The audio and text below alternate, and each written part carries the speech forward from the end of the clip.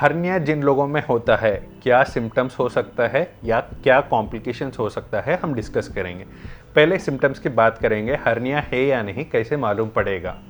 एक ही चीज़ देखना है कि नाभिक जहाँ पे भी हर्निया है बोल के डाउट है, वहाँ पे मोस्टली काशी करते समय या ज़्यादा वजन उठते समय हल्का सा स्वेलिंग या बल्ज जैसे दिख सकता है, वो एक सिम्टम है। एंड दूसरा सिम्टम ये हो सकता है कि वो गैप के थ्रू इंटेस्टाइन बाहर खिसक रहा है बोल के, वहाँ पे थोड़ा सा खिसक रहा है बोल के थोड़ा सा ड्रैगिंग पेन सेंसेशन भी काशी करते समय या वजन उठाते समय या दिन भर खड़ा होके काम करने के बाद इवनिंग टाइम्स में ये महसूस हो सकता है। ये सिम्टम्स के अलावा अगर हर्निया है तो सर्जरी क्यों कराना है, ऐसे ही छोड़ दिया तो क्या क्या कॉम्प्लिकेशंस हो सकता है, हम डिस्कस करेंगे। हम हर्निया मतलब क्या बोला गया है, हर्निया मतलब क्या है, मस्से के अंदर थोड़ा सा गैप है, उस गैप से इंटेस्टाइन बाहर आ रहा है। तो अब इनिशियल स्टेज ऑफ हर्निया में क्या होता है, इनिशियल स्टेज में जब डिफेक्ट थोड़ा सा कम है, इंटेस्टाइन बाहर आ जाता है, फिर ऊपर से दब गया तो फिर इंटेस्टाइन वो अंदर चला जाता है, फिर ये फ्लैट होते रहते हैं। अगर बाहर से दबाया तो इंटेस्टाइन अंदर चला गया तो उसको रिड्यूसिबल हर्निया कहा जाता है। अगर वही हर्निया बहुत महीनों से या बहुत साल तक ऐसे ही छोड़ा गया तो क्या होता है, ये गैप के थ्रू इंटेस्टाइन बाहर आके यहाँ पे जो स्किन कवरिंग है वो स्किन से जुड़ने की वजह से हम ऊपर से दबाया तो भी वो बाहर नहीं जाता है, क्योंकि स्किन और इंटेस्टाइन के बीच में थोड़ा सा फेविकॉल बॉन्डिंग बन जाता है। ऐसे कंडीशंस में ऊपर से दबाने के बावजूद भी वो स्वेलिंग ऐसे ही रह जाता है, वो गार्ड का साइज कम नहीं पड़ता है। ऐसे कंडीशंस को हम इरेड्यूसिबल हर्निया कहा जाता है। अगर पेशेंट रिड्यूसिबल हर्निया या इरेड्यूसिबल हर्निया मतलब शुरुआत में ही आ गया तो उस पेशेंट को हम लैप्रोस्कोपी मतलब की होल दौरान ऑपरेशन करके एक ही दिन में हम डिस्चार्ज कर सकते हैं। अगर वही पेशेंट एडवांस्ड स्टेज में आ गया, एडवांस स्टेज मतलब अगर स्ट्रैंगुलेटेड हर्निया बोल के उस स्टेज में आ गया तो जान की भी खतरा होने की चांसेस है। क्यों, स्ट्रैंगुलेशन मतलब क्या है, स्ट्रैंगुलेटेड हर्निया में होता है क्या, हम डिस्कस करेंगे। अचानक से इंटेस्टाइन खींचने की वजह से सडनली अगर यहाँ पे टाइट होके ब्लड सप्लाई कट हो गया तो उसी को हम स्ट्रैंगुलेटेड हर्निया कह सकता है।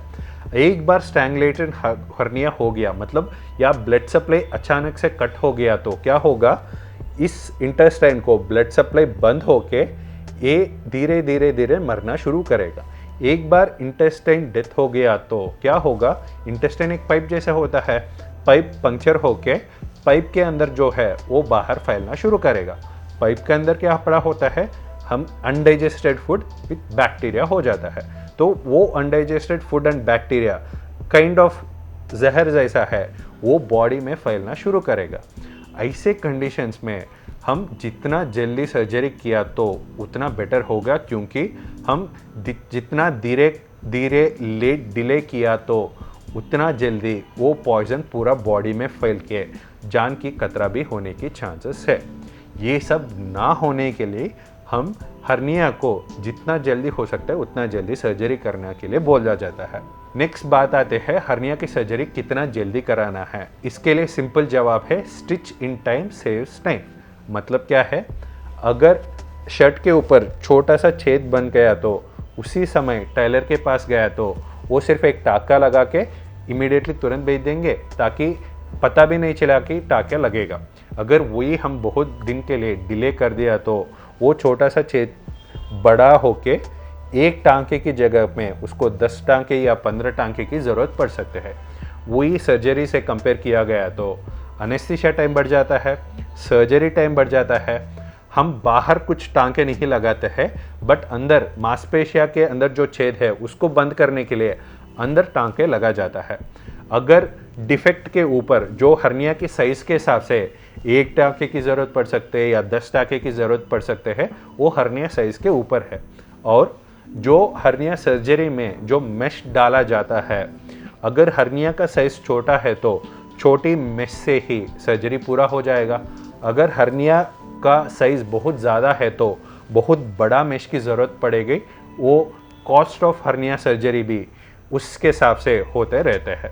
तो इसलिए जितना जल्दी हो गया तो उतना जल्दी सर्जरी हर्निया के लिए करवाना ज़रूरी है। नेक्स्ट बात आते हैं कि हर्निया की सर्जरी में क्या करता है। हर्निया की सर्जरी में जैसे हमने डिस्कस किया है, मांसपेशिया के अंदर जो गैप है उससे इंटेस्टाइन बाहर जा रहा है, तो पहले क्या करता है, जो इंटेस्टाइन बाहर आ रहा है उसको फिर दोबारा पेट में डाल के जो हर्निया के अंदर जो गैप है उसको क्लोज करके, सिर्फ क्लोज करके नहीं छोड़ते हैं हम, फिर दोबारा मेश जैसे एक फॉरेन बॉडी, एक जाली जैसे लगाते हैं हर्निया दोबारा ना होने के लिए। हर्निया में मेश क्यों लगाना है, ऐसे ही छोड़ सकते हैं ना जोड़ के बोल के बहुत लोग पूछते रहते हैं। मेश क्यों लगाना है हम डिस्कस करेंगे। मान लीजिए अभी मैं 80 किलो का वेट का हूँ, अभी मेरे लिए ये शर्ट अच्छी तरह फिट हो रहा है, थोड़ा सा लूज है और कंफर्टेबल भी है। अगर मैं 2 साल के बाद 80 किलोस जब मैं हूँ, अभी 120 किलोस हो गया, तो उस समय हम ये शर्ट पहनने के लिए अगर कोशिश किया तो क्या होगा, ये शर्ट बहुत टाइट होता है। क्यों? मैं वजन बढ़ने की वजह से। उससे क्या होगा, अगर ज़्यादा स्ट्रेच किया गया तो जो बटन्स है वो फटने की चांसेस है, ताकि कपड़े टेयर होने के भी चांसेस है। तो उस समय हम जाके टेलर से नहीं पूछ सकते हैं कि क्या कपड़े सुलाया, ये अच्छा नहीं सुलाया बोल के, क्योंकि टेलर के हिसाब से 80 किलोस के लिए ये शर्ट सही था, बट मैं 120 किलोस होने की वजह से ये शर्ट मेरे को टाइट होके और बटन्स टूट रहा है। सेम अगर हर्निया सर्जरी में देखा गया तो हम सिर्फ टांके लगा के, मांसपेशिया के अंदर जो छेद था उसको बंद करने के लिए सिर्फ टांके लगा के छोड़ा गया, तो कभी वजन बढ़ गया है या बहुत ज़ोर लगाया है तो वो टांके अपने आप खुलने की चांसेस है। उससे क्या होगा, दोबारा हर्निया होने की चांसेस होता है। इसलिए 100% अगर दोबारा हर्निया ना होना है तो उसके लिए 100% जाली लगाने की ज़रूरत है। जाली से क्या होगा, एक एडिशनल प्रोटेक्शन, उसके लिए एडिशनल प्रोटेक्शन होने की वजह से दोबारा हर्निया का होने का चांसेस बहुत कम हो जाता है ये जाली लगाने से। नेक्स्ट बात आता है कि सर्जरी में कितने टाइप से, ओपन सर्जरी बेहतर है या लैप्रोस्कोपी सर्जरी बेहतर है। पहले हम बात करेंगे कि ओपन सर्जरी के बारे में। ओपन सर्जरी में क्या करता है, साइट ऑफ हर्निया, मतलब जहाँ पे हर्निया है वहाँ पे 5 से 10 सेंटीमीटर का चीरा लगा के, जो टिश्यू से उसको स्प्रेड करके, जो मांसपेशिया के अंदर जो छेद था उसको बंद करके, ऊपर से जाली लगा के फिर बंद करके टाँके से बंद करेंगे। सर्जरी लंबा इंसिशन होने की वजह से, चीरा बड़ा होने की वजह से दर्द भी उसके हिसाब से होगा। 2 से 3 दिन तक हॉस्पिटल में रुकना पड़ेगा, और हॉस्पिटल से डिस्चार्ज होने के बाद भी ये वुंड, ये जो जहाँ पे चीरा लगाया वो इन्फेक्शन ना होने के लिए ड्रेसिंग करने की ज़रूरत पड़ेगा।